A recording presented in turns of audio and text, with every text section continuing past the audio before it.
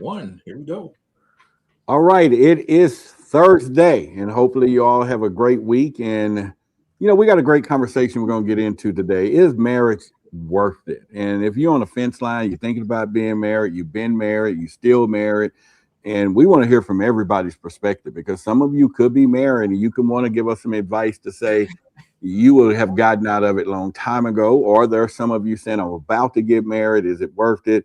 And now don't come at us with all the religious side of it. God said this, man, whatever, because now it's a whole different ball game when you get down to it. And today, Brother Joseph and I, Dream and his wife, Desiree, we're going to get into it and answer some of those questions. And Desiree going to come in it from the woman's perspective too. So we like for you, the women, to chime in today as we get it, because I done tried it. I've been there and done that, got the t-shirt. So I can say I got some failures at it or I got some warnings at it. Either which way, I will tell you that it is not for the faint of hearts. No one taught us how to be married. There's just no one set you down and say this, this, this.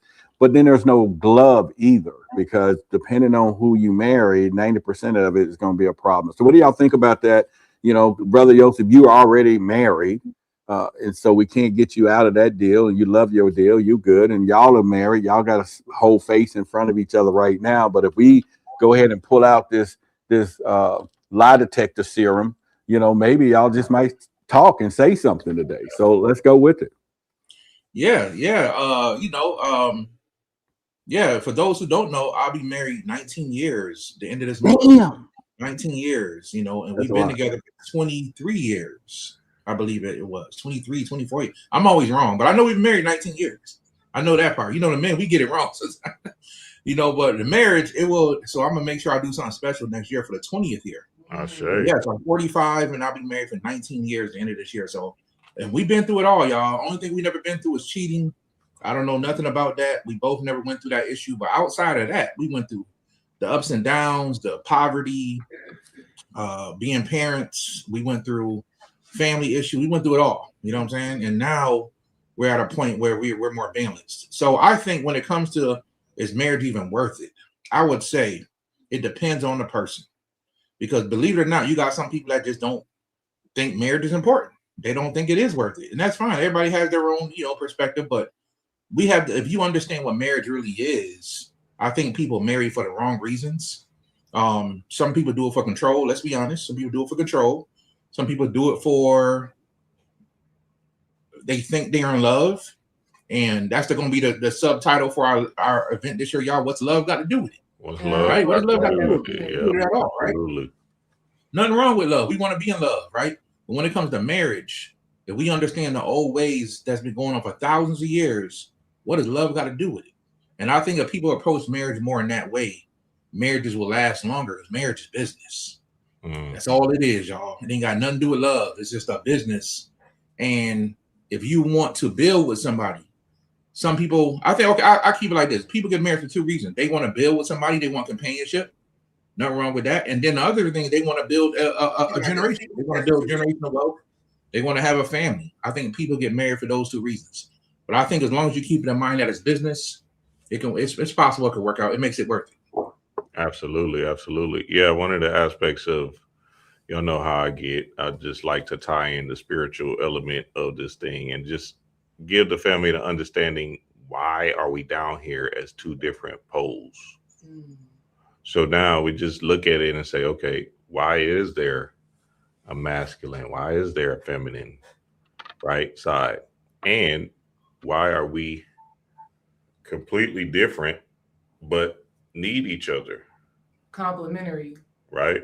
Why do we have this opposing ideas and forces and ideologies, but we want each other really, really bad? So, when we break it down all the way to the smallest minute energy possible, then we got to ask ourselves, well, okay, what is marriage? And as we know, us metaphysicians know that marriage is just sex. So now getting into the sex aspect of it, right? You don't want to be just sticking your, what you call it, Joseph, your key in everybody's universe, because you don't know what kind of universe you're going to fall into. a universe full of aliens, demons, Did they freeze up over there, Yos? evil spirits. Oh, am I no. frozen? It's fine on my side. Okay. Go ahead, brother. All kind of entities in these particular universes based off of you are creating magical entities with your thoughts. So marriage is a question that you got to ask yourself. Do I want to deal with a plethora of universes where I don't know what I'm going to get? Or do I just want to deal with this one universe that makes me feel whole and holistic and love? Well, I mean, some people marry for money. Some people marry because they've been, oh, that's some good stuff. I want that the rest of my life, and then know they was on X pills or something. It's like, and I think nowadays, you got to either check their credit and boil them before you get married. But at the end of the day, it's everybody's reason. When it gets down to it. But I've done it, like I said, and tried it. I got married at 20 years old. And I swear, if my young daughters today at 20 would have said they wanted to get married, I would have been like, are you kidding me? Right. But you couldn't tell me nothing back then because all you thought was, this is just a license to do what you're going to do, and of course, and we said it before, I ran into people who says, okay, we can get married, or maybe the pinnacle is sex, oh yeah, because a lot of people got trapped into this one, no sex before marriage, and then get married to have sex and find out that it was a terrible price to pay to have to marry somebody to have sex with them. So it's like, it's just so many reasons. And so as brother Yosef was saying now, what does love got to do with it? Who's actually marrying for love today, really, honestly? Because if that's the case, you're not going to worry about what this person has, what they has. You're not going to protect them, what you got, prenups, this and all this kind of stuff. Who's marrying for love? Everybody, it's like a business, or maybe it just have to meet. But you two are married. Why do y'all get married? Let's just start there. I mean, was he the last man standing? Was she the last one? Were you tired of being out there and say, you know what, I'm just going to settle on this one? You know what I'm saying? It's like, why did y'all get married? Let's just go keep it real. Yeah, well, look at him in that one right there. Why did you take, Well, it wasn't necessarily like a taking. It was just ordained. It was destined, I guess. You get what I'm saying? Like, we've been through this. I'm with you, brother. I'm with you. That's just my humor. But go ahead. He's like, she take me. This was divine, baby. This is divine. Yeah, go ahead. Right. It was just always in the cards. Like, when you look at your children, you know that they were destined to be here. You know what I'm saying? Like, there was times when D-Ray and I wasn't together, and I was in relationships or whatever, and she was in college doing her thing, right? And we would still connect. We would still build. Why am I connected with this girl all the way thousands of miles away, right? Random phone calls, random advice, right? We see each other, randomly kiss. You feel me? So it was just something that was already, you remember the movie Hancock? Like, when you get closer and closer together, now you be wed. Now you're just a divine, powerful force. So naturally, what we came to realize and understand is that we've been doing this for lifetimes and lifetimes and lifetimes, because our connection and our experiences through the Akashic records, just seeing our past lives, just kept on showing up with, oh, this person, you did me this way in this lifetime, you did me like this in this lifetime, and so on and so forth. So there's a person out there for everybody. I think it's just people are not looking in the right places. They're passing up that person because they don't look like their ideal man. Like, D-Ray and I didn't know each other was going to be, intimate partners. So I'll say it like this too. I think, so there's two separate conversations that are happening, right? And this is why I think we got to really get clear about what it is that we want. Because are we talking about the paperwork of marriage, or are we talking about divine union? Mm-hmm. So what we're talking about is a natural unfoldment of ourselves and our relationship. So when he says, like, We met. I was a freshman in college. He was working at 24-Hour Fitness. I decided to work at 24-Hour Fitness because I just needed a job and I wanted to be able to still work out so I can stay in shape for volleyball season.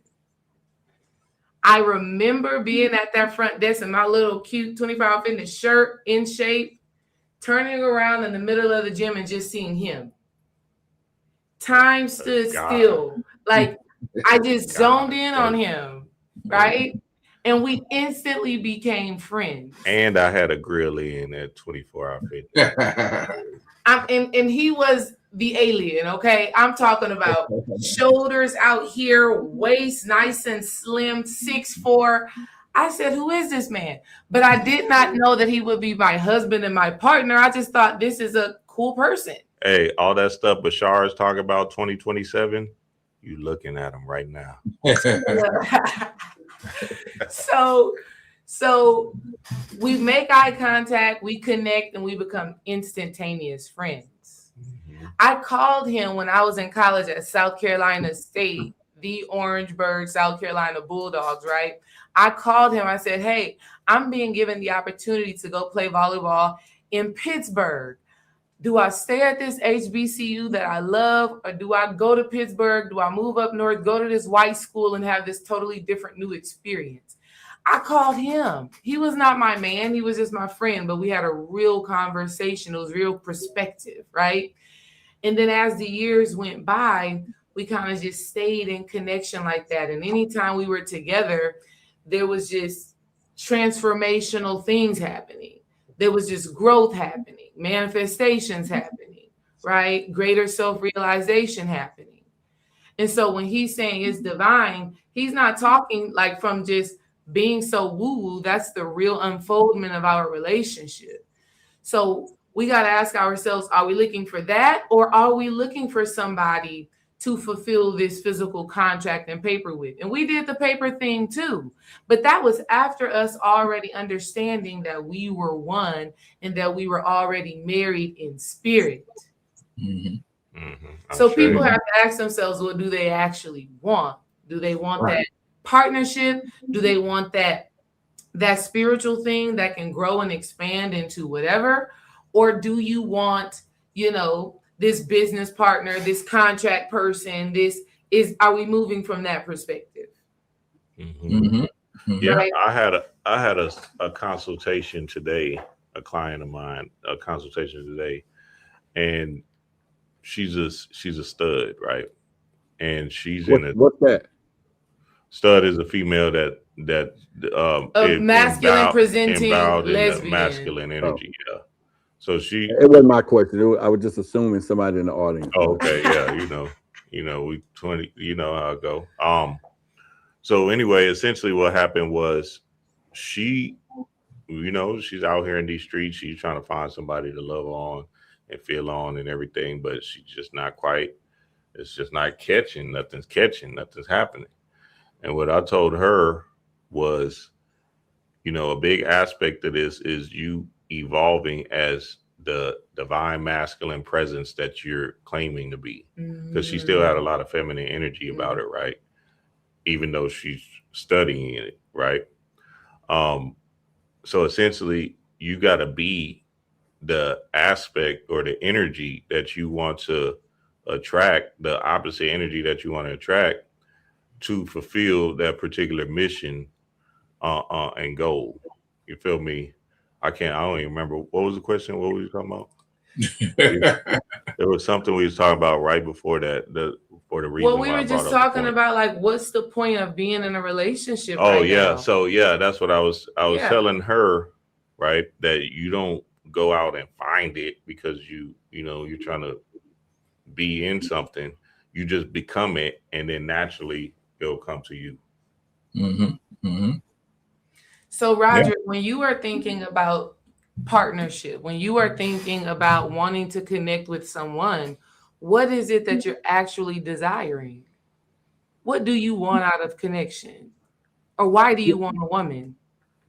Why do I want a woman? Or because that takes it to a whole other level. Woman to marry. A divine feminine counterpart, whatever words work for you. You know what I'm asking you. What do you want from that? How does that serve you? Want that ass, huh? No, Yeah. You know what? Sometimes I think at the end of the day, especially for me, once you are beginning to build the things that I'm doing, the community, you do begin to elevate yourself to represent not only yourself, but this whole thing, so to speak. And so if you are going, or for me, deciding to get married, and I've done it before in at different states of consciousness, in my mind, where I was here versus I am now. And today you got to look at it, not just about, happy wife, happy life. I mean, now you got to go with happy spouse, happy house, right? And it ain't even about happiness either, because I think at the end of the day, you can't rely on this person to make you happy, right? It's you're gonna have to find some stuff within, because every day in this marriage, it's like, I'm sure y'all wake up one morning, I can't stand him, but I love him to death. You get what I'm saying?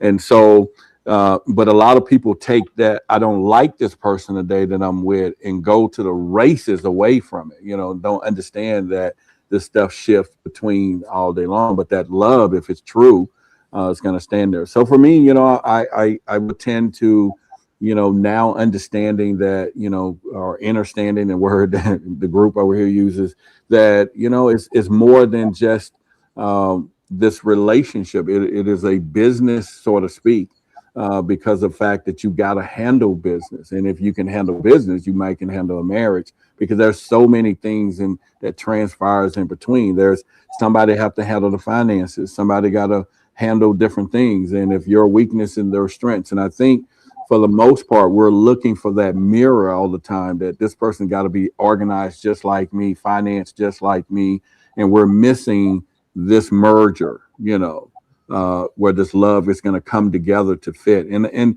I granted, I've tried to interact with humans, ladies, and you try to be the best of everything that you can be and represent yourself. But once again, it's all about packaging. It's all about these things. So I think a lot of people are marrying people because of the way they look, and not understanding we're going to get old. There's a lot of stuff that's going to happen. Things can change. Health. There's just so many things. But if it's not coming in between, so my hopes today is you meet that person, you can just make you laugh. For me, I think, if she can make me laugh, I think that is a positive notion, because oftentimes it's just too damn serious enough, and people just don't want to make you laugh. I think that'd be the most beautiful thing I can think of. Yeah, laughter is a spiritual energy. So Yeah. if she can make you laugh, then that's definitely a power play for real. Right. Yeah.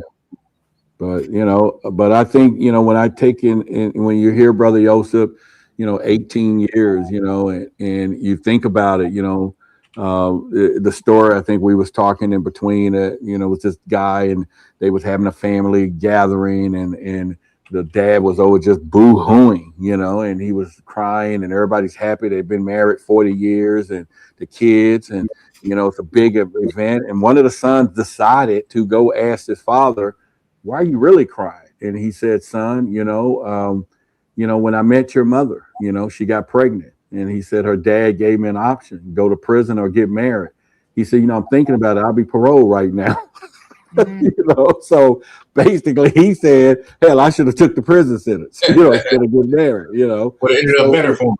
Yeah. So, I do believe, and I say this all the time, I think marriage is like medicine.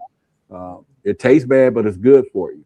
And now if you're lucky enough to get the flavored medicine, then you got it all, and so hopefully I think you two represent flavored medicine, and you can be each other's, antidote of different things. But now that I've been out here and I see this conscious community, I see it's just so many rules these days of I got to marry this, I got to have this. And then I think we all made that manifestation list. And I think we need to start understanding these lists are made from our limited perspective of what we thought we knew and how we're going to know at this moment. And these things alter constantly. but we do not leave that last line saying, hey, I think this is what I want based upon this limited perspective. But you, the universe, have the opportunity to alter and give me what you know I need that I can't see. And if we can give it up that way, then I think we can go into it at some point. And it's crazy. This is why we're here. This is why we're doing what we're doing. And it's the end result is to get married. And for some people, and would I do it again? And as I pass it along to you all, you know, and Brother Joseph, and this is that question. I think there's a lot of women, mainly women, who are dating guys that they are waiting on the question, will you marry me, but never ask them, will you marry me? You get what I'm saying? Because there's a distinction between him saying, yeah, I'll get married, but if not to you, and then being with you for 3 years and 4 years and all these things, or a year, and you giving him everything, you know, and all these things, and not understanding there's a difference between someone says, I don't want to be married, but I might. You got to listen to that right up front, because at this point there's a different ball game. So what do y'all think about that when people are walking around today, they're in relationships with someone who literally told them, I don't want to get married, and they're talking about them, you know what I'm saying? Or they think they're going to change their mind, or maybe not right now. Most people walk into that door should know they want to buy the house when they walk in there. You know what I'm saying? But most people allow people to window shop all day and buy. So what are y'all thoughts? I think it's very important for people to understand roles once again, because when it comes down to it, women need to understand y'all control sex. It's just the truth. Men control marriage. It's just the truth. No woman should be getting on her knees asking no man to marry her. It happens. It happens. You know what I'm saying? And if it works for people like that, fine. But at the same time, we know how it goes. 99.999% of the time, the man is saying, okay, I think I'm ready for it. Will you marry me? So what does that mean? That means a man has to spend his whole life looking good enough to even get some action from a woman. You know what I'm saying? To look like he might be something that she may want to sleep with or lay down with, or even marry, right? And a woman should be spending her life to be a suitable partner, to be somebody that is valuable. I always tell women to protect their value, because, you know, value is different out here in the dating market. So when you look at yourself as valuable and you respect yourself, a man's going to notice that. He's going to notice the woman who dresses a certain way. You know, if you got too much showing, some men don't care about that. Some men like their wives to dress a certain way. Some men like their wives to dress more conservative. You know what I mean? But what you're expressing is what you're going to get. But when you're doing that, you got to keep in mind, and I'm raising my daughter to be this way. Her job is to one day is to look good enough as a wife as she get older to for a man to want to marry her, right? It's to play her role correctly, be a nurturing person. Not because we've been together 15 years, you're supposed to marry me. That don't make sense, but people do this today. Oh, we've been together 15, 20 years, you're just supposed to marry me. No, that's not how it goes, because a person I may not be able to stand you. You know what I'm saying? We may be fighting every day, man. What we getting married for? And people get dragged into these things. Like Brother Roger just told the story. The guy said, I should just went to jail. I've been getting out right now. I've been all set. Yeah. And some men feel like they're in prison with marriage. They rather to be miserable. You got to be. If a dude miserable, just leave. You know what I'm saying? It ain't worth it. You know. Absolutely. But that's why in marriages, consideration is important. You got to have consideration for your partner. As soon as a man marries a woman, he gives up everything that it's not about him anymore. He knows that he has to provide for a family. Right? When a woman marries a man, you're not just there to look pretty. You know what I'm saying? You're there to be a nurturing person. And I'm saying this because some women really don't notice. And some men really don't notice. They think I'm supposed to marry this girl because we've been together 10 years, 13 years, 12 years. No, we get married because it makes sense at the end of the day, especially from a business perspective. And when you got children, that's business too. There's a lot of people who can't stand each other who got children. So love ain't got nothing to do with having kids either. It's all about, so I'm just trying to make sense of this so people understand, like, it's all psychological. You know what I'm saying? It's like most men are attracted to women who look like their mother. Right? It's a psychological thing. Like, it's not even that. I'm not saying a person looks like your mama. I'm saying psychologically. You know what I'm saying? If you got a mama that got more shape. Most men psychologically are attracted to women like that. Mhm. So a man spends his. I ain't gonna say that part, but at the end of the day, I'm gonna stay on topic because I get passionate sometimes. But at the end of the day, we need to understand roles, and this is where I think we need to get religion out of marriage. We need to get religious part out of it because the religion is messing up a lot of things because it's putting people in these fake spiritual contracts with these fake pastors that you don't need to do that. All marriages thousands of years ago was all spiritual and tribal. The tribal family came this way before Christianity, way before Islam. You was in the village or whatever. Your father knew that father. Actually, you was pre-married before you even put together. Your parents put you. What do they call that? Arranged marriages. Marriages, Mhm. right? It was all to bring value to the family. We don't do none of that no more. Nobody cares anymore. You see what I'm saying? That's the problem, y'all. So because we're doing it the wrong way, people been hurt. They've been messed up in marriages, and now it's like we got to come back to the fold and do it the right, correct way. Mhm. We don't need state marriages anymore, in my opinion. I was young when I did it. Mhm. You know what I'm saying? But me and my wife have the conversation all the time today. We would have never got married state-wise because we know things today. Mhm. You know what I'm saying? You really get married through the state because they think that you're a minor. That's why you shouldn't call yourself a minority. They think you're a minor who doesn't know how to get married by herself. Minor's a child. A minority is a child by law. You don't know how to get married yourself, so we're gonna marry you. You don't know how to have a baby yourself, so we're gonna give you a birth certificate. You don't know how to have a baby. Yeah. That's why the state comes in. We don't need state marriages anymore. We need tribal marriages. We need spiritual marriages. Mhm. Yeah, that's good. That's Yeah. right. I got two things I want to throw at y'all that Brother Joseph just said. Let me answer that real quick, though, Yeah. Roderick, because Joseph just hit on something very profound, especially with what you were talking about, Roderick, in the aspect of like, why people ain't getting married. They're having these long 8-9 year relationships. And I think the spiritual essence of a person, the consciousness of these brothers that's not asking is rising. So they're kind of becoming more aware, right? They're kind of becoming more conscious. And they're like, look, I love you, but this governmental issue thing, I don't know if I want to necessarily do that. Why do we got to do that? Why can't we just have like Joseph was saying, a spiritual marriage where we just know that we're married, but what's the notion of this paperwork, of this contract? You know what I'm saying? So that's what D-Ray and I was in. We were in, that's what we are. We're in a spiritual marriage, right? Cool. But then we found some benefits with the houses and stuff like that. So we said, yeah, this actually makes more sense to coop, right, with the government thing. But again, our first bond is like, look, our bond is together, not to Donald Trump and them. Well, I mean, so two things that Brother Joseph meant, and again, I'm gonna echo something, and I think if you really, this is for the men, if you really look at women or woman or whatever, most of them are going to dress like their spirits. And when you see how she's dressed, you will know the spirit, whether she's covering herself or whether she's showing every damn thing, whether she's a little this way, halfway.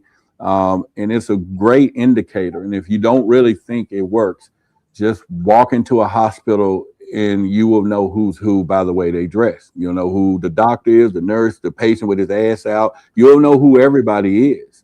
And so you can take that to understand that, especially if you meet her at these places and everything is showing everything. And I'm not saying that you don't have a sensuous woman with her man and she wants to, they looking good together at night, but there is a indicator in some places. Now, my biggest question, and this is for you two, both of y'all, all of y'all, Brother also mentioned about, we talk about roles. Now, I think this is very important because this can go for women and men, but let's say men in particular. There's men in different positions. For example, I'm leading a community. He's leading a tribe. You all are doing what you're doing. Now, do this understanding need to be understood? Because, we think about the church. It's easy for a woman to say, I'm marrying the pastor because I'm the first lady. The role is already defined. She can walk into it. It's defined. She knows she got to support him. She knows. So it's like, oh, that's easy. But depending on your partner, how are you going to define? Because that woman that's used to working with the guy, or my last husband worked at the bank, and now my husband over here is running a community, and the support structure is different. The thought structure is different. The conversations are totally different, but yet, we think this is a cookie cutter situation. I'm a good woman for this person. And that goes back to what you asked earlier, Desiree, because oftentimes it is a very distinctive conversation. If I literally look at a woman and say, you can be responsible for thousands of lives. And they'd be like, how? Well, that piece that I don't have at home, I can get on air and say some shit and change a lot of people's lives because of what we're dealing with. And that usually scares most of them out. They just don't even want the responsibility, because knowing that they have that power, and they don't see the power, they just don't want the responsibility of knowing that you're a community leader, and therefore there is a microcosm of how this thing works. So what do y'all think when we're talking about roles? And I'll go back with you first, Brother Joseph, that is there a different role depending on the person you with? Yeah, absolutely. I agree with that 100%. There's definitely a different role. A lot of pastors in the past have picked their wives who look like he probably will pick her because she's gonna look like the most beautiful first lady that anybody ever seen. And he'll pick her just off of that. When her mind might be messed up and they go home, they fighting 24/7. Does anybody remember Juanita Bynum back in the day? She was like the female TD Jakes, big time, this and that. I remember when she got married, she got both hands married. She got two big rocks on her hands. I was confused. I said, oh, she doing this for show, right? But then later on, her and her husband was boxing, having a whole boxing match in the middle. I think it was a Target parking lot. You know what I'm saying? And the people were shocked. I wasn't shocked because I knew they was fake right then and there. You can see the egotism in a lot of stuff people do. And we know that's big in the church today anyway. I don't even understand why people go to church anymore. You know what I'm saying? Because it's like, what you there for? It's like, church ain't nothing like it used to be. There was a certain level of morals and principles now that don't exist in church no more. You can go to church wearing whatever you want. People be in church cussing. They go to Western Lane on the weekend. I remember back when church folk didn't curse. That's not real today. Church people curse. They drink liquor. They do whatever they want to do. There's no more morals. And I think that's a tactic that the government is pushing to get rid of principles and morals. Just do what you want to do and live your life. Hey, be free and don't be responsible for nothing. That's good, Joseph. Right. Wow. So now this lady's being coming up and he's married and but she don't got her job is to look like the first lady. She has no responsibility. Like he's not even challenging her. And this is what happens. So to answer your question, brother, there has to be if a man this is how it's supposed to go. A man supposed to have a plan, right? And the sister is supposed to come on and partner with this man and say, okay, let's build this thing together. Yeah. But I always tell all men, you got to give your family a foundation. Growing up, what happens? This was even happening during my generations. A lot of the men in the house get dragged to church by their wives. Come on, baby, when you come to church, you know what I'm saying? My grandfather never wanted to go to church.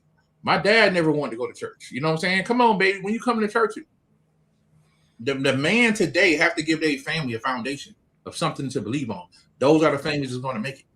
And when the husband and wife come together and they work together and everybody play their role right, we can't forget that part. When everybody play their role right, the man has to be the leader. That's the way God designed it. Some people disagree with that. That's fine. They don't have to, but just tell me how it's going for you.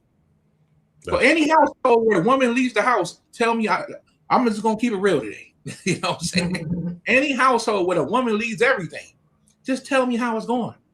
Prove to me that it works. And I ain't got nothing to say. I have never in my life seen one that works. Right? So there has to be the man leader, but he respects his wife. Right? He has respect, and he considers his wife and everything that he does. Right? And y'all can make it. And she considers him because she knows her role, he knows her role. So yes, there should be a whole testing, and that's what dating's for, before a man or a woman even get in a certain position. Yeah. We started dropping, huh? Yeah, that's fire. That's good. Yeah. I think that's what it is. I mean, a guy has to have a vision. If you don't have no vision, no direction, no plan, no action, no purpose for your life, then how you gonna lead her? How you gonna be a leader? You're not. So essentially, a masculine energy is about being that leader, that purpose driven perfect person, right? You have to have some kind of vision, some kind of mission for your life. And as you're doing your mission work, your devotion work, essentially what's going to happen is a goddess will come along to assist and nurture that vision with you.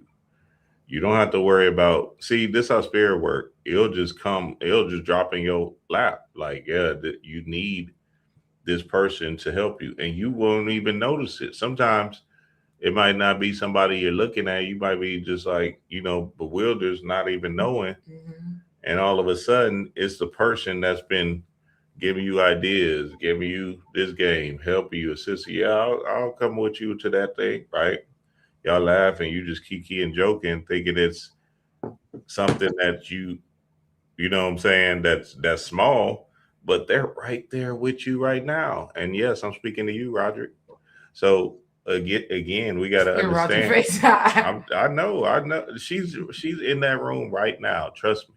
It just feels like now. What are we talking about? Room as in the universe, or there you go, in the room in the universe. I get it. You know what? I've had some experiences. We started this thing.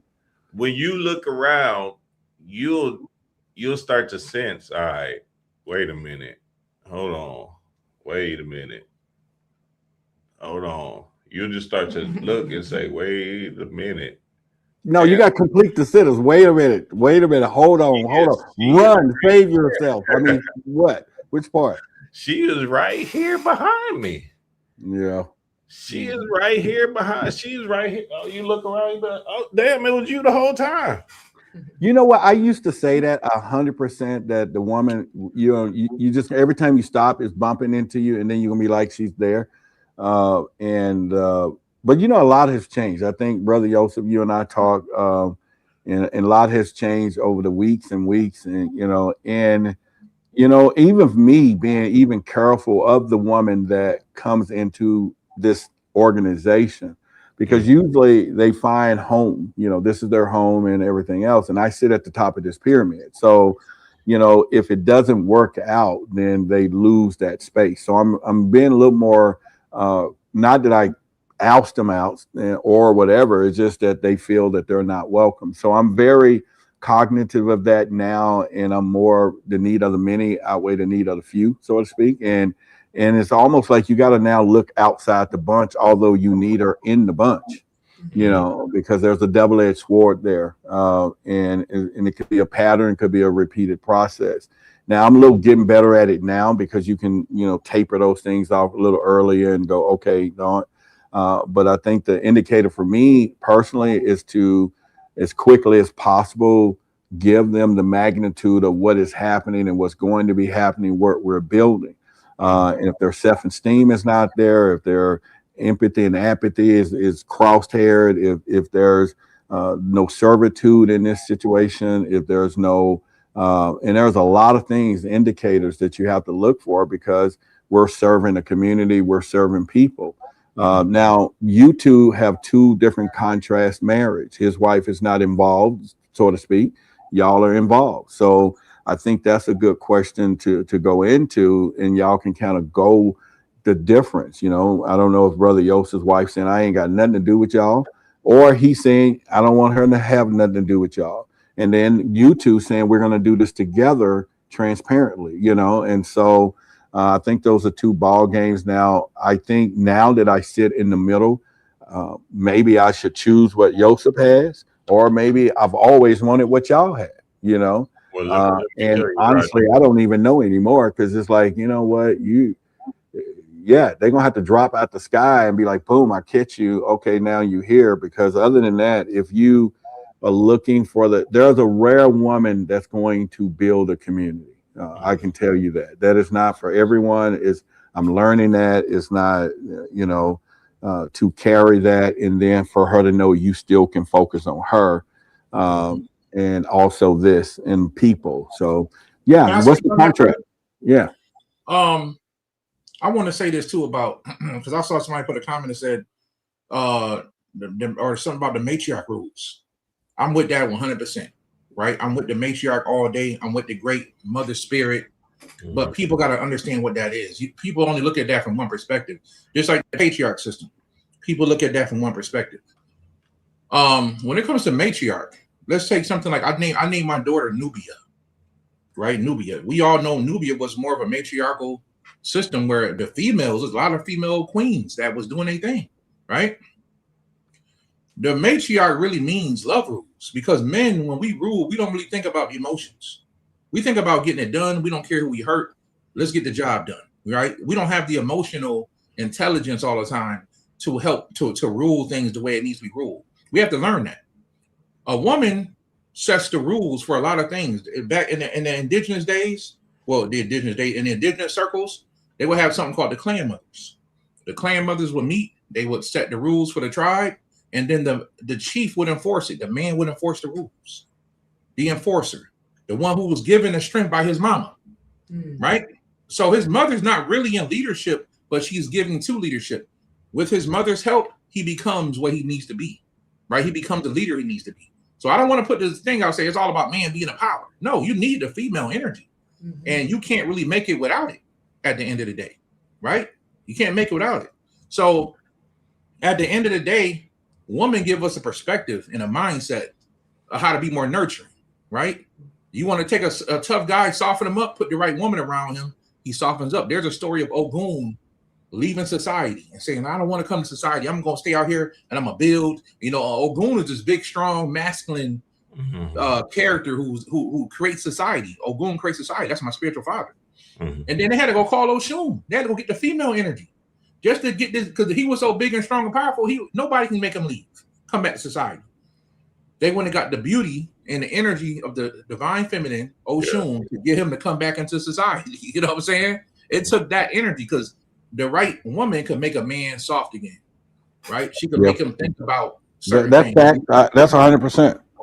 You know, so I want everybody to understand that. So at the end of the day, when we talk about the divine feminine energy and the matriarchy ruling, I'm with that all day, right? But with that comes a balance. They set the standard because they'll think. See, the women will think about the children. They're gonna think about the elders. They're gonna think about stuff. Men is like, let's go to war and let's win, right? Let's get the job. We enforce things. Women nurture it, and they're gonna make sure it's all laid out, right? Even in my tribe, I got female energies in my tribe where I wouldn't be able to make it in my tribe without the certain female energies in my tribe.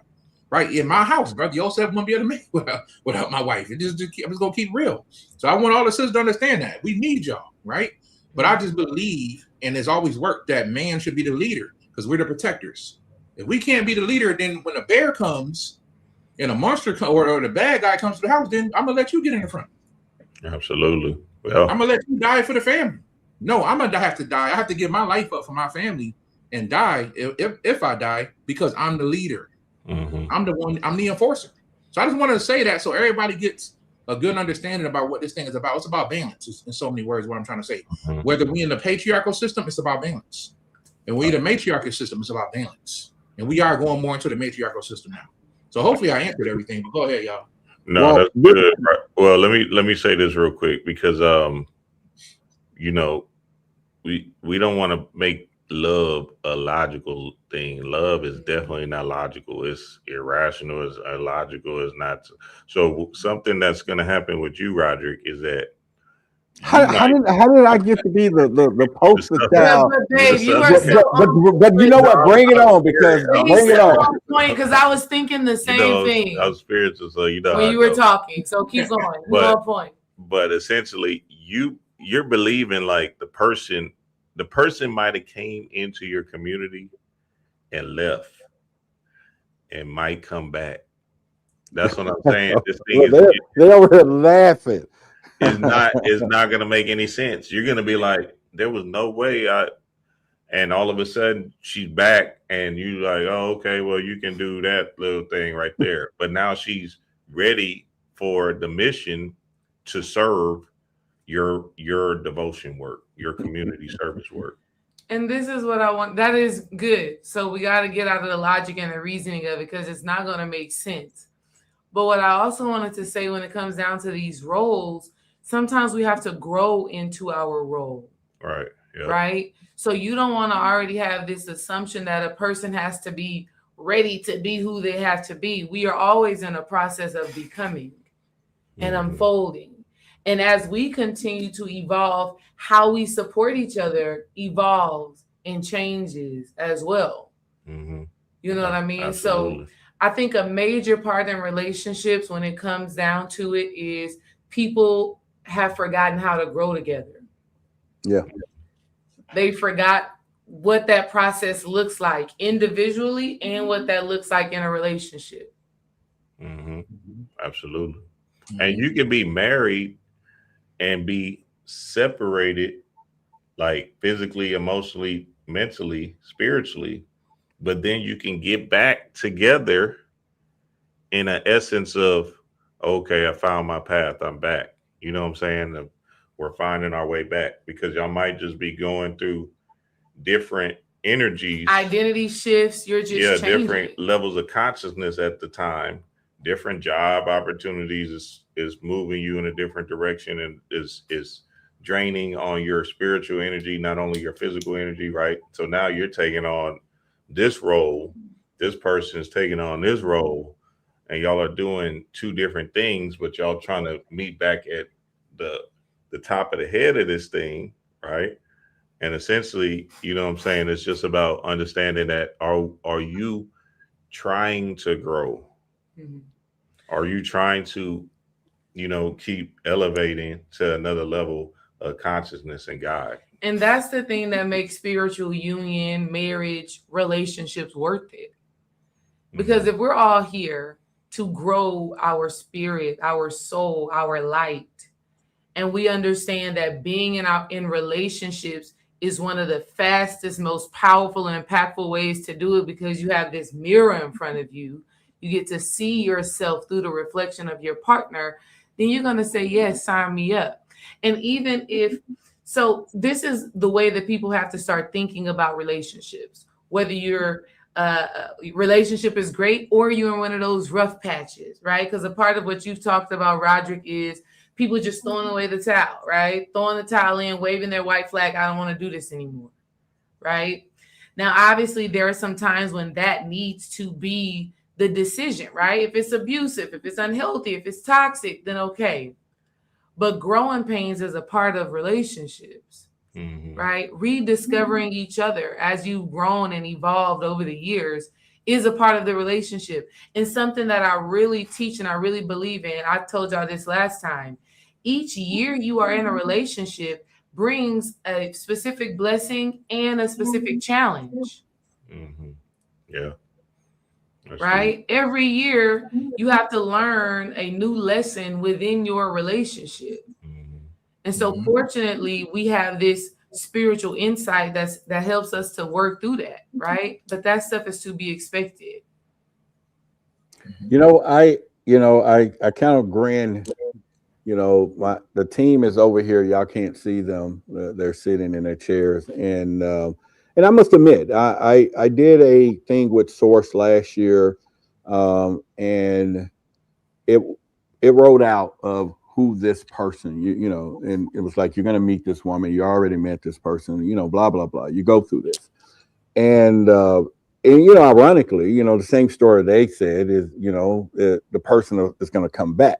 And I did meet someone a while back. This was some months back. Beautiful lady, beautiful personality, said some of the most beautiful things I ever heard in my life, being a man of what I do, Now, of course, I can call my buddies, Brother Yosef, and I can call everyone else, and it's all kind of a good story. But it did kind of, dissipate from a real quick moment because there was things that needed to be handled particularly on her end anyway. And the question was, will you wait? And I was like, yeah, whatever, at this point. But now they always remind me, it's going to happen. They're going to show right back up and blah, blah, blah. And so, but, you move on, you continue to do what you have to do.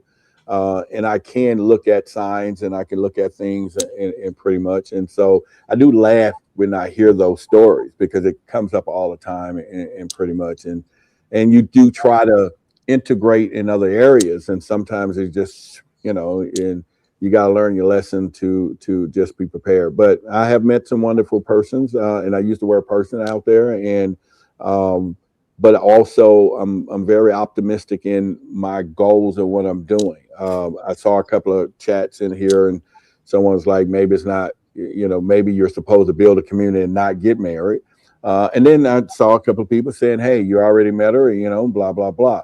So I think that the possibilities can be anywhere. But the good thing for me, I'm surrounded by psychics, magicians, and boy, do I get the future and the present, and mainly the presence. I was talking to Yaya last night, and she was just going on how protective she is of me, and and this, and this, and here's the woman that's going to be, and it's going to be just like this. You're not going to have any static, no whatever. And I don't know how I became that poster child of saying that, but I do hang around married people. I prefer, my covenant circle of people that will send you home, that will not lead you in the wrong directions, that will give you advice you can ask. They don't mind being transparent of what's happening with them and with you within reason, right? And so because you can have situations where married people or one of the two hanging out with a bunch of single folks, and they want to be married, but all their friends are single. And it's like, that don't work. I don't know why people think, oh, I would just get married and leave my friends. No, you are not presenting that material. And I think a lot of times it is that. Now, for me, I'm not ready for all that. I still got stuff to do. I'm building, doing what I'm doing.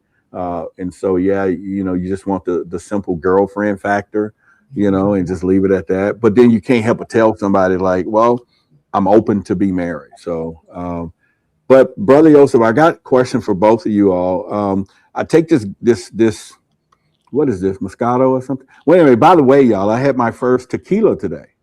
Oh, and they told me it was orange juice.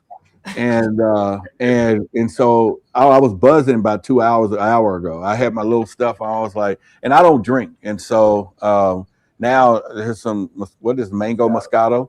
Yeah, and so we actually celebrated. We had a good day today. We got a lot of projects coming in hand and met with some big bankers, big people. And this week has just been glorious, just to have the vision. And so honestly, I don't need any distractions right now. If any woman gonna be a distraction, it is not the time, right? And so I have to kind of focus there. But we had some big days today. But my thing is this: a woman being a nurturer. And Brother Joseph, starting with you, and no, let's go with Desiree with this one. A lot of people, they can say this is half full and half empty. And do we need an always full of femininity where she's going to be a nurturer, or because you got a lot of masculine energy that can be in these things, and they switching it back and forth, or do we need her to be full of that?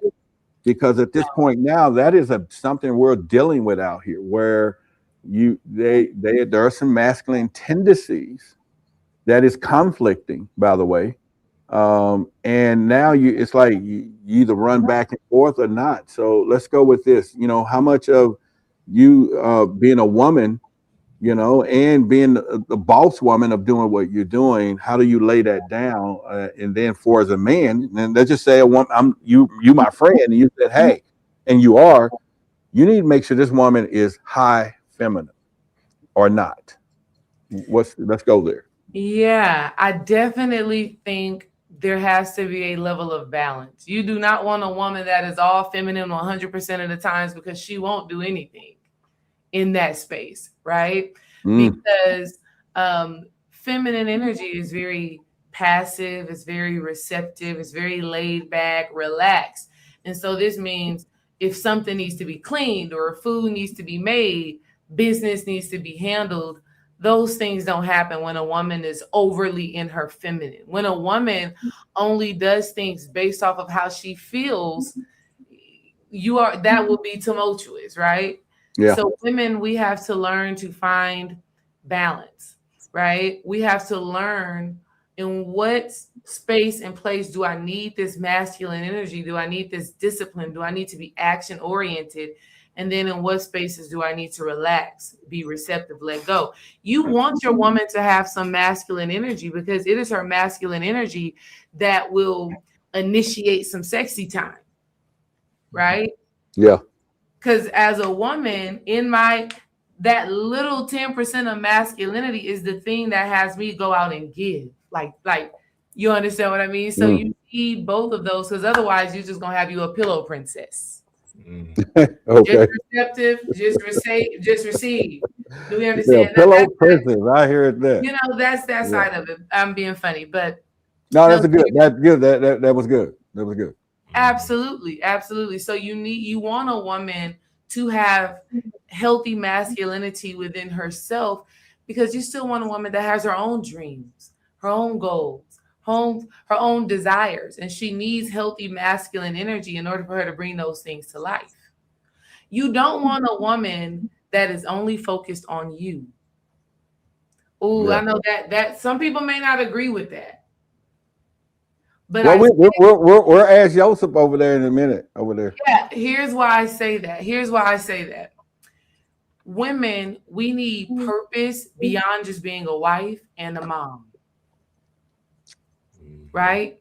Because when we only live for our husbands, when we only live for our children, we don't even take care of ourselves in a way that would keep that man attracted to you. You don't take care of yourself in a way to where your children are like, you know, I look up to my mom. I appreciate my mom. I don't have this helicopter mom. My mom has passion. My mom has purpose. My mom is doing something that makes her happy, that makes her proud. Do we understand? So as women, we need that balance. We got to be centered, you know, that masculine, that feminine. That helps us to show up better in love and in our partnership. When I'm a little bit selfish, I'm better with giving and nurturing and taking care of him. Do we understand? So when you're holding up the cup, what it brings in my mind too is pouring from an empty cup. We've seen women, mothers, wives, have nothing to give but keep showing up for her family. Right? So that's where that masculine and feminine energy also comes in, because the masculine energy is able to look at things and say, you know what, I don't have enough to give right now. I'm gonna chill. I'm gonna say no. Yeah, I had my basic second mom. She was a mom, a wife, and she just raised all her kids until they were 18. And the husband was always out. He was a construction builder. They became millionaires, whatever, right? And essentially, she was just in the house with nothing to do. By the time the youngest one, that she had four boys, the youngest one had got to 16 because he was out doing his thing, exploring the world, blah, blah, blah. Anyway, what ended up happening was she ended up going to pursue a job because she just couldn't wait to get home, right? She just couldn't wait for her husband to get home and him, you know, putting a plate up for him and da da da. So she ended up being a job. She was a millionaire too. Millionaire, you know, didn't have to work, nothing like that. End up getting a job as a crossing guard just to still be in the active mode of nurturing children while they're crossing the street. And then, you know, she did that for 2 hours a day, went home, came back, did it another 2 hours, went home, came back. And she just absolutely loved it. She's been doing it now for, I think, 8 years, going on 8 years now. And she just feels so, you know, thankful for just that experience, that job. So you're saying all of that. You're saying all of that to say what exactly though? Like, well, we women... have both. We have both energies inside of us, right? This is yin and yang, masculine and feminine. Out of darkness comes light, and you know this infinity energy that's inside of us. Speaking of infinity, the 8-8 lecture, 8-8 new love life time is here. That energy inside of us is something that's, you know, always in and out, zeros and ones, right? So we came down here to explore ourselves, understand ourselves, right? but then carry out a particular mission with whatever encompassing energy that we're leading with.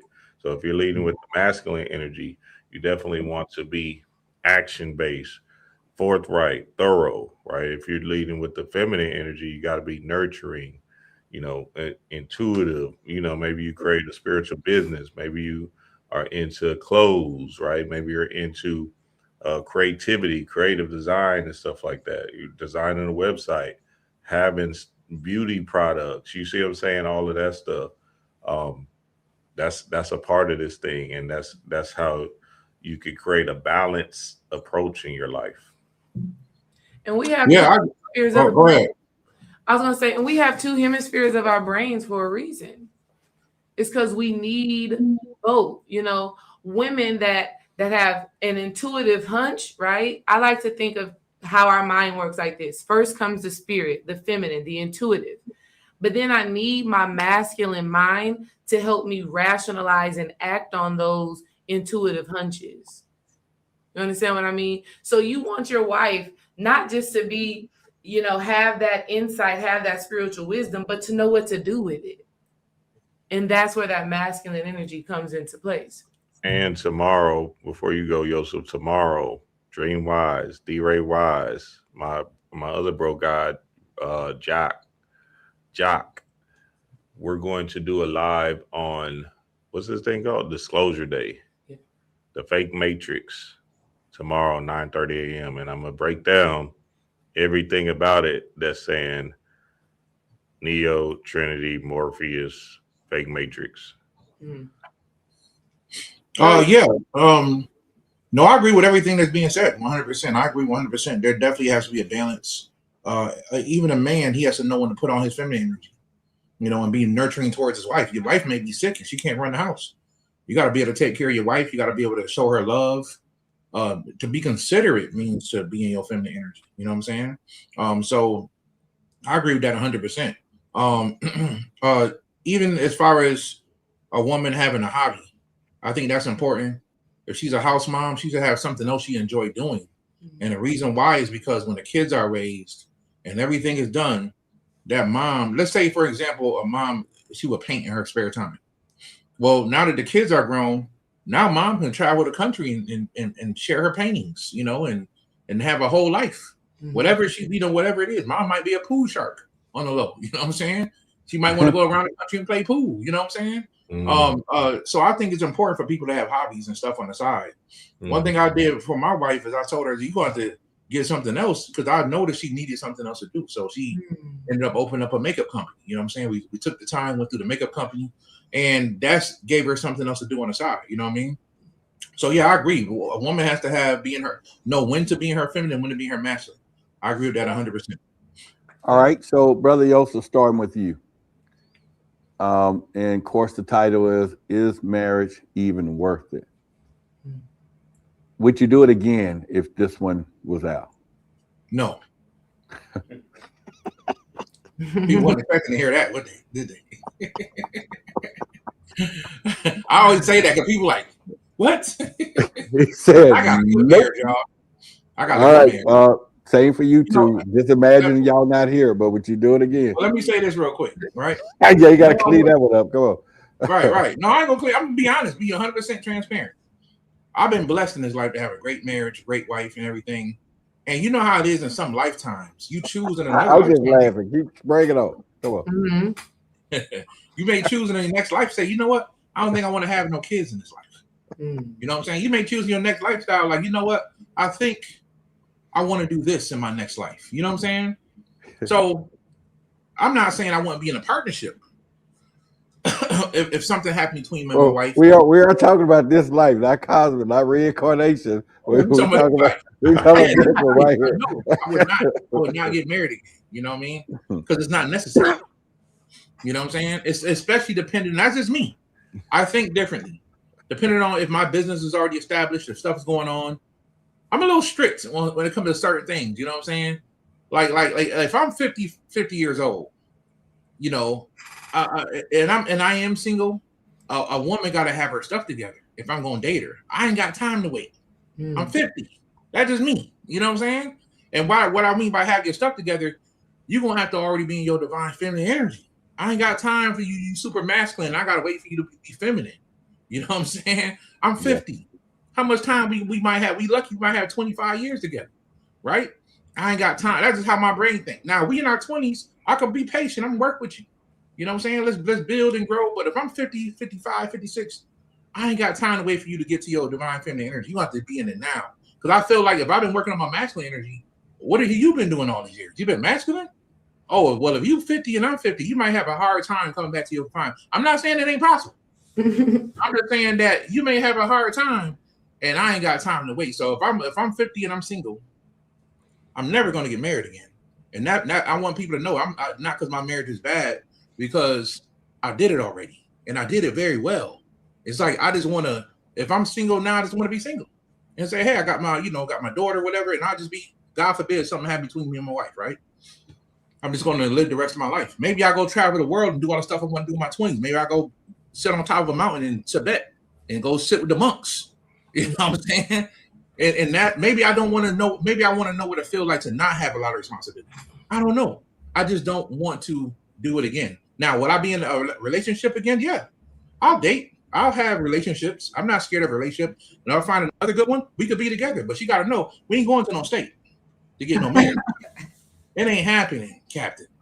It ain't happening. You know what I'm saying? And that's just me. You know what I'm saying? So I implore and I push people, stay in relationships. And if you've never been married, try it. You know, get married. It's beautiful. It's great.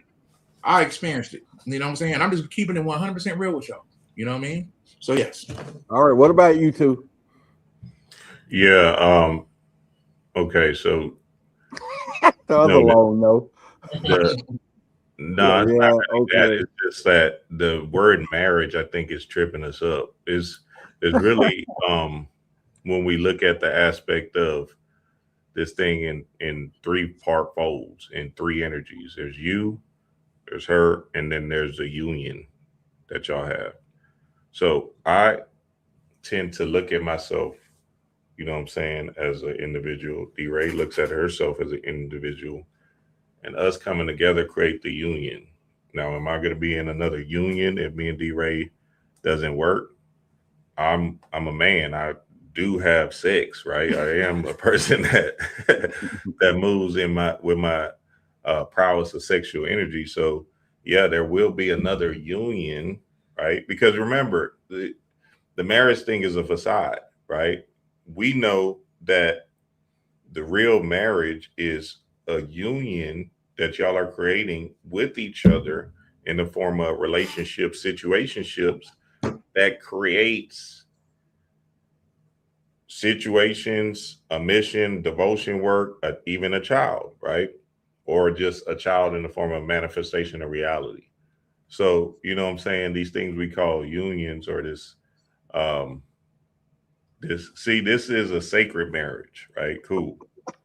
Y'all sitting there cracking up like we running for public, all like we all politicians, because y'all giving politician answers. Both of y'all. Both of y'all like, well, you know, this is a union. Because look, Roderick, this is cosmic. In another life, I want to. I'm like, no, whoa, hold on, y'all. No, but you can be in a union right now, Roderick, with a person, with a goddess, right? That y'all are not saying y'all are married, but y'all can be having sexual relations. Y'all can be bonding and building, and y'all can invest in something together. What is that? Desiree, what's your answer with that? I'm still really trying to think about the question. Are we saying, do we go to the state or are we not going to the state? Is that the question that we're asking? That's what I'm saying. We're not in this. We're not in the world. So that's what I'm saying. Like for that Dream Bashar and I, thing, 2027, that alien, they were talking about me. But okay, you keep laughing. When he comes out and says, hey, there you go right there, I'm gonna just be like, I was saying it the whole time. So that's what I'm really asking. Like, are we saying, would we go to the courthouse again and sign up? Would we be in a one-person committed union? Would we choose a polyamorous or polyandry type lifestyle? Right. That's the question that I'm trying to understand. Because for us, we weren't programmed in religion to say, let's go and sign those papers. We're doing that. Right. That wasn't our relationship. Right. We had already been together for 5 years before we decided, okay, let's go sign these papers because there's some other benefits that we got that we can from having that paperwork. Do we understand? Yeah. So we didn't go through the technical marriage on some, this is what we have to do it the right way. We deliberately made that decision after years of already being spiritually married. Right. Think about Khadijah and Panic. You get what I'm saying? They wasn't just went to the courthouse, and they didn't go to the courthouse and say, hey, yeah, we married. You know what I'm saying? But we know them as a union that's married. You feel me? So, you know, it gets tricky in that sense. But for a fact, and Joseph would be with his wife forever, right? But for a fact, if there was an alternate world thing, Joseph would have another union. I didn't ask the right question, and I'm gonna ask it again for both of y'all. Would you marry the same person again? Oh, if I had it, look, everybody's like, the same person. Oh, I thought you said, would you get married again? Well, I mean, we did. That was the first thing, but I gotta go. We stayed together. The tribal answer and the cosmic answers. When I was trying to get he went tribal, like, well, you know, if you know, when I come back again and be reincarnated, and since I've had that experience, and since we could be spirit beings, I don't want to experience marriage the next time I come back. He's like, well, you know, the word marriage, the paperwork, you know, I'm like, okay. My bad, brother. Yeah, we were confused. Hey, I thought you asked a different question. I thought you was asking, would you ever get married again? Well, I did, but I could have took it a little deeper there, but yeah. Oh, but what I married, I've heard people marrying their wives again, you know, like I 2 or 3 times, and divorcing again the same person. So it's like, I would definitely marry the same person. The union is the union, you know what I'm saying? So like essentially, like you know what I'm saying? Like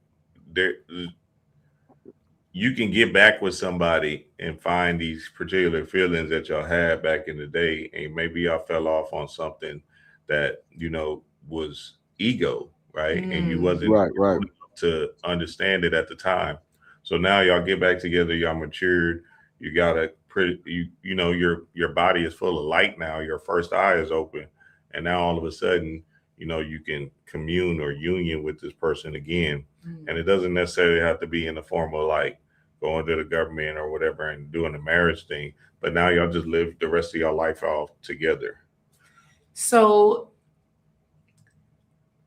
I think that it's possible for people to rediscover love again with somebody who they've separated from, right? Okay. And the reason why I say that is because even when you stay in a marriage, Dream and I have been together now for 11 years. There have been times in our relationship where we were deeply connected and close and intimate. There's been times where we maybe weren't on the same page for a month or 2 or 10 months or whatever the situation may be. And we rediscover that love, we rediscover that connection, and we remember our why. Marriages and relationships are not going to always be peaches and cream. You're not going to always feel like you and your person are on the same exact page all the time, whether it's for a day or a week or a month or a year, who knows, right? But the willingness to do the work to get back on the same page, the willingness to understand each other and get where you are right now is what we're talking about. So for Dream, I will marry him over and over and over and over and over again because we continue to evolve, we continue to grow. And here's how we know that's a fact too. The Desiree D-Ray Wise that you see today is not who he met at 18 when I was 18. I'm not who I was after the first kid, the second kid, the third kid, or the fourth kid, right? And so he has to, in a sense, remarry the new version of me, recommit to the new version of me, and I have to do that to him.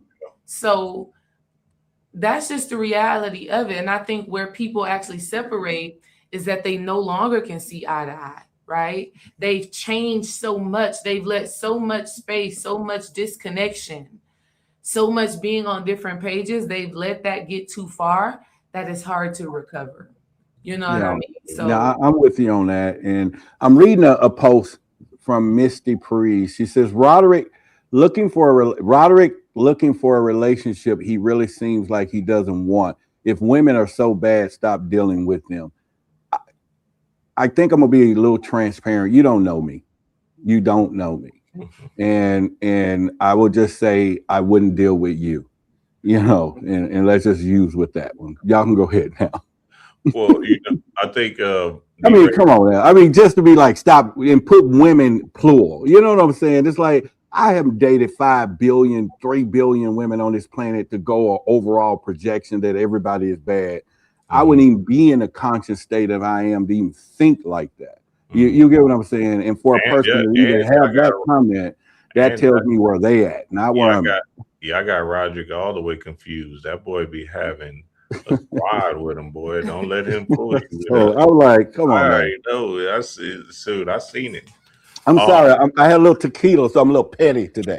No problem. That's what I wanted to ask you. What made you drink on today? What's today? 6, 8? Well, we have, over the last week, I've had some trying negotiations. We're doing a lot of big things, of course, but overall, in the last few days, we have really, as a community, and plus us as an organization and group, and every now and then we've had some great moments over these last 2 days and today, not just for the dream of what we're going to do, but just the vision of where we're going to go, the lives that we're going to touch, and that financial institutions are getting in hearing us and understand what we're trying to do and want to partner and everything else. Right. It's been a long coming. We've done a lot of things, and we've actually been through a lot, but we've continued to move, even though the community has shifted and you got different people. But for the bottom line is, it's just a celebration of how far we've come,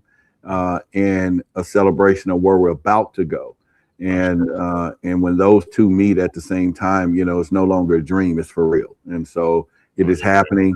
And we do want to clear all our dead weight. We do want to disconnect from the shadows of things and people and energies, because everything is lining up in where we need to be. And like I said, I got some great people here that's been here, and others too that's not in the room and all of that. But today was just a good day, and so I had tricked into my first orange juice drink. I didn't take the red ones because the red ones look a little fishy, but the orange ones, like, oh, it's orange juice, whatever. And so, and I never drank the night a lot anyway. My dad drank enough to last me and my kids a lifetime, and so that was one of the things that I didn't do.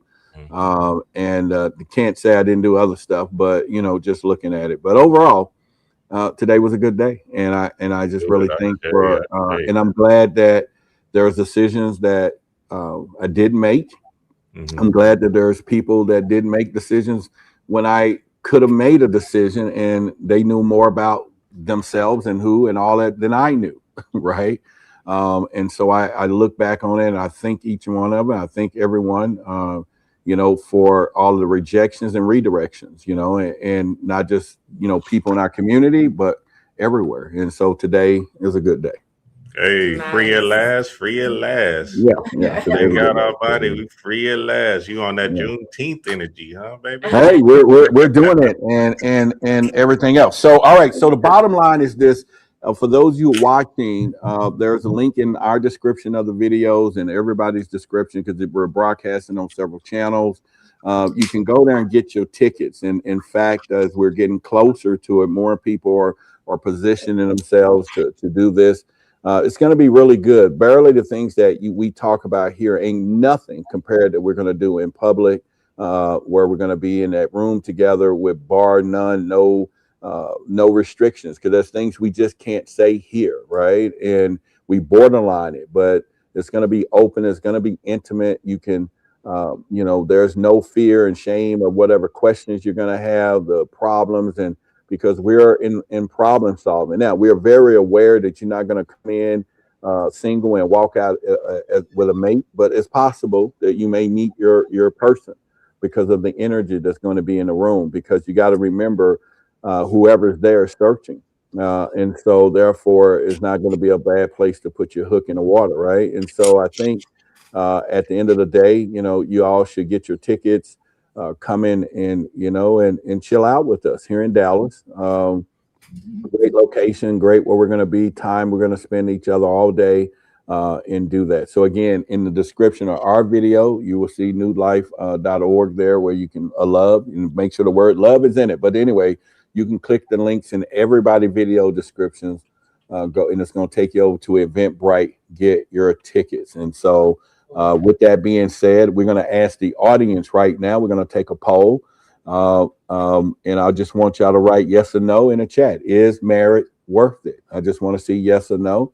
And let's just see what y'all think in the audience. And we're just going to gather from there. And if it's more no's, ain't none of us going to get married with paper anymore now that we know what that means.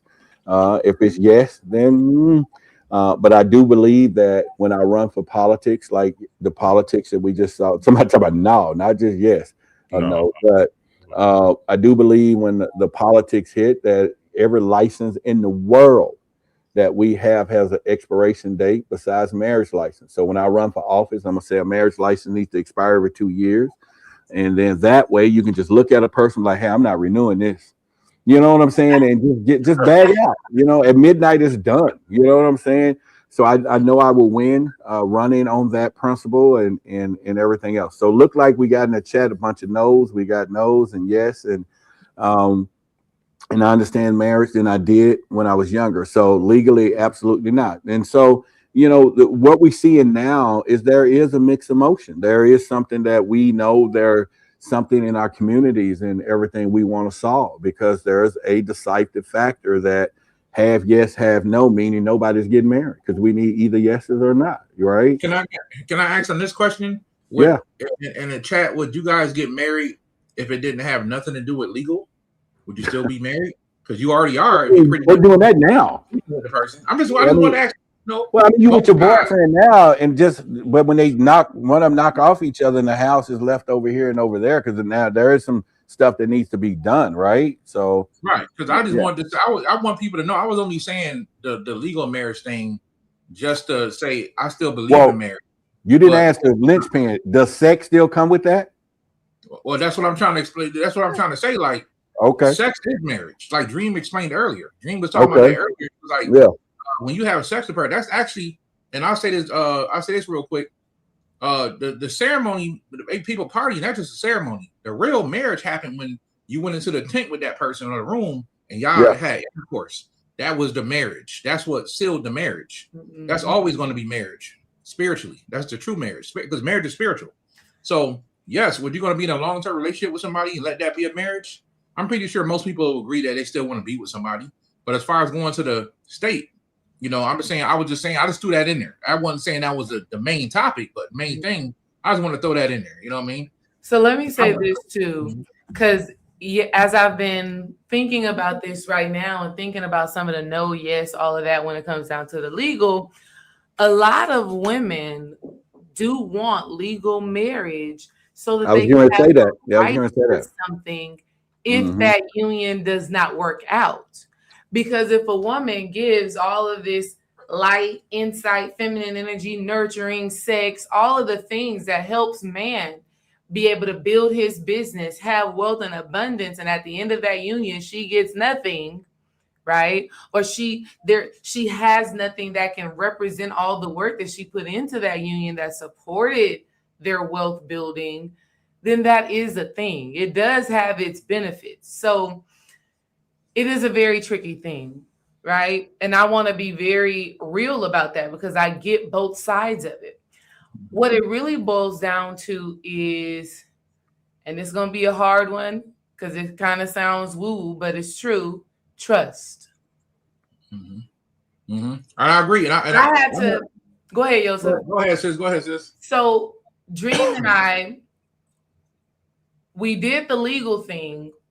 We share bank accounts, like we share everything, right? But I have to trust him enough to say, if this doesn't work out, this man who I've done life with and built, raised these 4 kids with, I have to trust that he's going to make sure that I'm good and that our kids are good. And even if he's like, forget about the mama, I'm going to make sure them kids is good. If they're going to be good, I got to make sure she good because they can't be good if mama's not good. So it's so important to look at the heart of the person you are in a relationship with. Yeah, definitely. Are they a giver? Are they selfish? Do they can they look at the bigger picture of a thing? Or are they, and these are things that, they say you don't really know a person until you actually going through some deep shit with them in this way. You understand? So it is a challenge. There is benefits to getting legally married that would protect, and I'm speaking to women, but they can also, it's different for men. So these are things to think about. So ladies, you have to really look at the heart of your partner, the type of person that they are. And this is also why women need their masculine energy. Because I'll be damned if I don't have any skills or resources to where I can't make my own money. I got to know for myself that I can make my own money, right? I just turned down a job opportunity just this last week, during this week, where I'm like, I'm going to trust the vision that we are building with each other, And that's a major thing for me to say, you know what? I'm going to rely on my husband, still do my own thing, but trust that my husband is going to always have my back. Together or separate, he's going to make sure that I'm taken care of so these kids can be taken care of. But again, that's why women need their masculine energy. They have to be able to go and get it themselves to know that they will be all right, whether the relationship works or not. That's going to segue us into, I think, our next show. We're going to talk about money and money integration. When do you keep your money separate or put it together like you said? Or we dating? I got my money, I got your money. I make more money than you do, or I'm a little better with my money. Oh, now we're together, or we're going to have one banking account. What happens? When of all of this? Because I think that's another deal breaker because you hear it where you've seen where the man is, maybe he's making more money or vice versa. The other one get the stack their paper because I want a man to pay all the bills. You know what I'm saying? I want to say one thing, my brother. Yeah. I agree with everything, but I just want to say, definitely, sisters, when you getting with a brother, definitely make sure he's a provider. He's a good man. And when you have children, yes, there should be some legal steps you take, whether y'all married with the state or not, that's going to make sure you're secure. Like prime example, in my tribe, we create our own documents, but we also make a trust for the family. And there's certain standard that the man has to abide by. Even if they break up, he got to pay child support to the woman without the state. We create our own version of that. He has to take care of his wife, especially if he's making a certain amount of money. There's stipulations. So definitely, I would definitely say if you guys have children, make sure he's setting you guys up with legal things like a trust for the family, for the sake of the children and for you, because the woman should definitely benefit if she's the wife or she's helping take care of this man. You know what I'm saying? I'm just saying that you guys can set those things up yourselves and benefit legally from that. We got babies in my tribe who we give documents to, and these babies' documents, they can get birth certificates, they can get all kind of stuff. And whatever they want to do, and we're already doing this. So I just want to put that in people's mind. Yeah, definitely make sure your legal stuff is straight. But I'm just saying that we can also educate ourselves and do it ourselves. Yes, without the state. You know what I mean? There you go. I think we answered the question. Does love got anything to do with it? Because every week we had these conversations, I'm getting like, you just hear a little more something, and it's just. Now you just got to go back to the caveman days where you just walk up, hit them in the head, drag them out. I'm pick you. It's like, because at this point, it's like so many variables that we're looking at to find a mate in not just conscious community, what we're talking about, but, it can go from true love, pure love, to paperwork love, to paperwork restrictions, of course, and then we're going into money, sex, this food, what are your mindset or what your energy is, what not your energy, and do you got 6 legs, you're an alien, or you not, or and it's like so many variables, to where we're going, and there's got to be some answer. Should we just be blind, so to speak? and then you meet your mate because of just the energy and what you feel. There's no material world. There's nothing to worry about. It's just, trust, and we're both walking in the dark. It's kind of like a story that I tell people, and I've said this before, and we'll get everybody off of here and get ready for the next one. But I'll leave y'all with this story, and it's something I wrote in one of my books, and it's called like loving, like being in an ocean. We know it's a big ass ocean, a lot of people, but we're submarines. And if you really think about it, because of the pressure of life, the pressure of water, the pressure of what's going on, submarines don't have no windows, right? Because they'll crack. But in order for two submarines to communicate, they constantly ping each other because they need to know the distance and where they are, especially back in the day before the radar really was, And so one will send a ping out, and the other one will go ping, and the other one will send it back. I'm right here. I'm right there.